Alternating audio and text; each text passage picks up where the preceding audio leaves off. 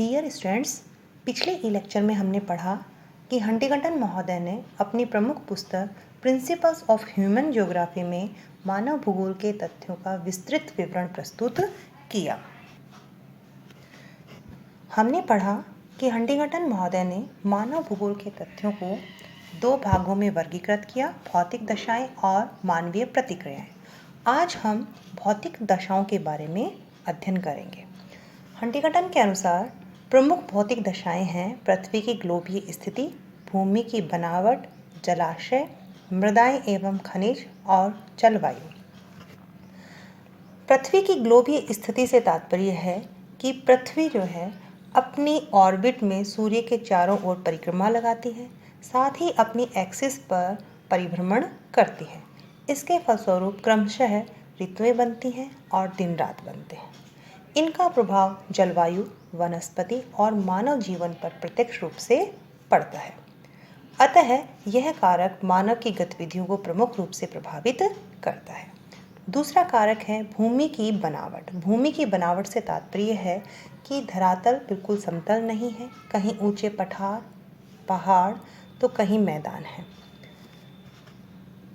वनस्पति, जलवायु, मृदा और मानव की गतिविधियां भूमि की बनावट से प्रभावित होती हैं। विश्व की अधिकांश जनसंख्या लगभग 97% जनसंख्या मैदानी भागों में निवास करती है, क्योंकि मैदानी भागों में जीवन आसान होता है और आर्थिक क्रियाओं की भी सुलभता रहती है।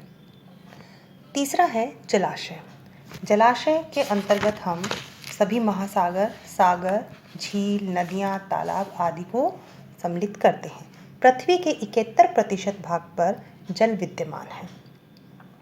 जल चक्र पर ही समस्त जीवन अस्तित्व में है। मानव सभ्यताओं का उदय नदियों के किनारे ही हुआ। विभिन्न नगरों की बसावट, परिवहन, विभिन्न प्रकार की आर्थिक क्रियाएं जैसे मत्स्यन, जहाज निर्माण उद्योग आदि सभी जल राशि पर ही निर्भर हैं। अतः मानव की विभिन्न क्रियाएं जो हैं वो जल तत्व से प्रभावित हैं। चौथा है मृदाएं एवं खनिज। मृदा और खनिज दोनों ही मानव जीवन और उसकी आर्थिक क्रियाओं को प्रभावित करती हैं। जहाँ उपजाऊ मृदा पाई जाती है वहाँ कृषि जैसी आर्थिक क्रिया संपन्न होती है और कृषि आधारित उद्योगों का ही विकास होता है। जहाँ खनिजों की उपलब्धता होती है वहाँ खनिज आधारित उद्योगों का विकास होता है। उदाहरण के लिए पश्चिमी ऑस्ट्रेलियाई मरुस्थल में कालगूर्ली और कूलगार्डी नाम की सोने की खानें हैं। सोने के पाए जाने के कारण वहाँ पर नगरों की बसावट हुई है, विभिन्न प्रकार की आर्थिक गतिविधियों का विकास हुआ है। तो इस प्रकार से दोनों ही कारक जो हैं मानव की गतिविधियों को प्रभावित करते हैं।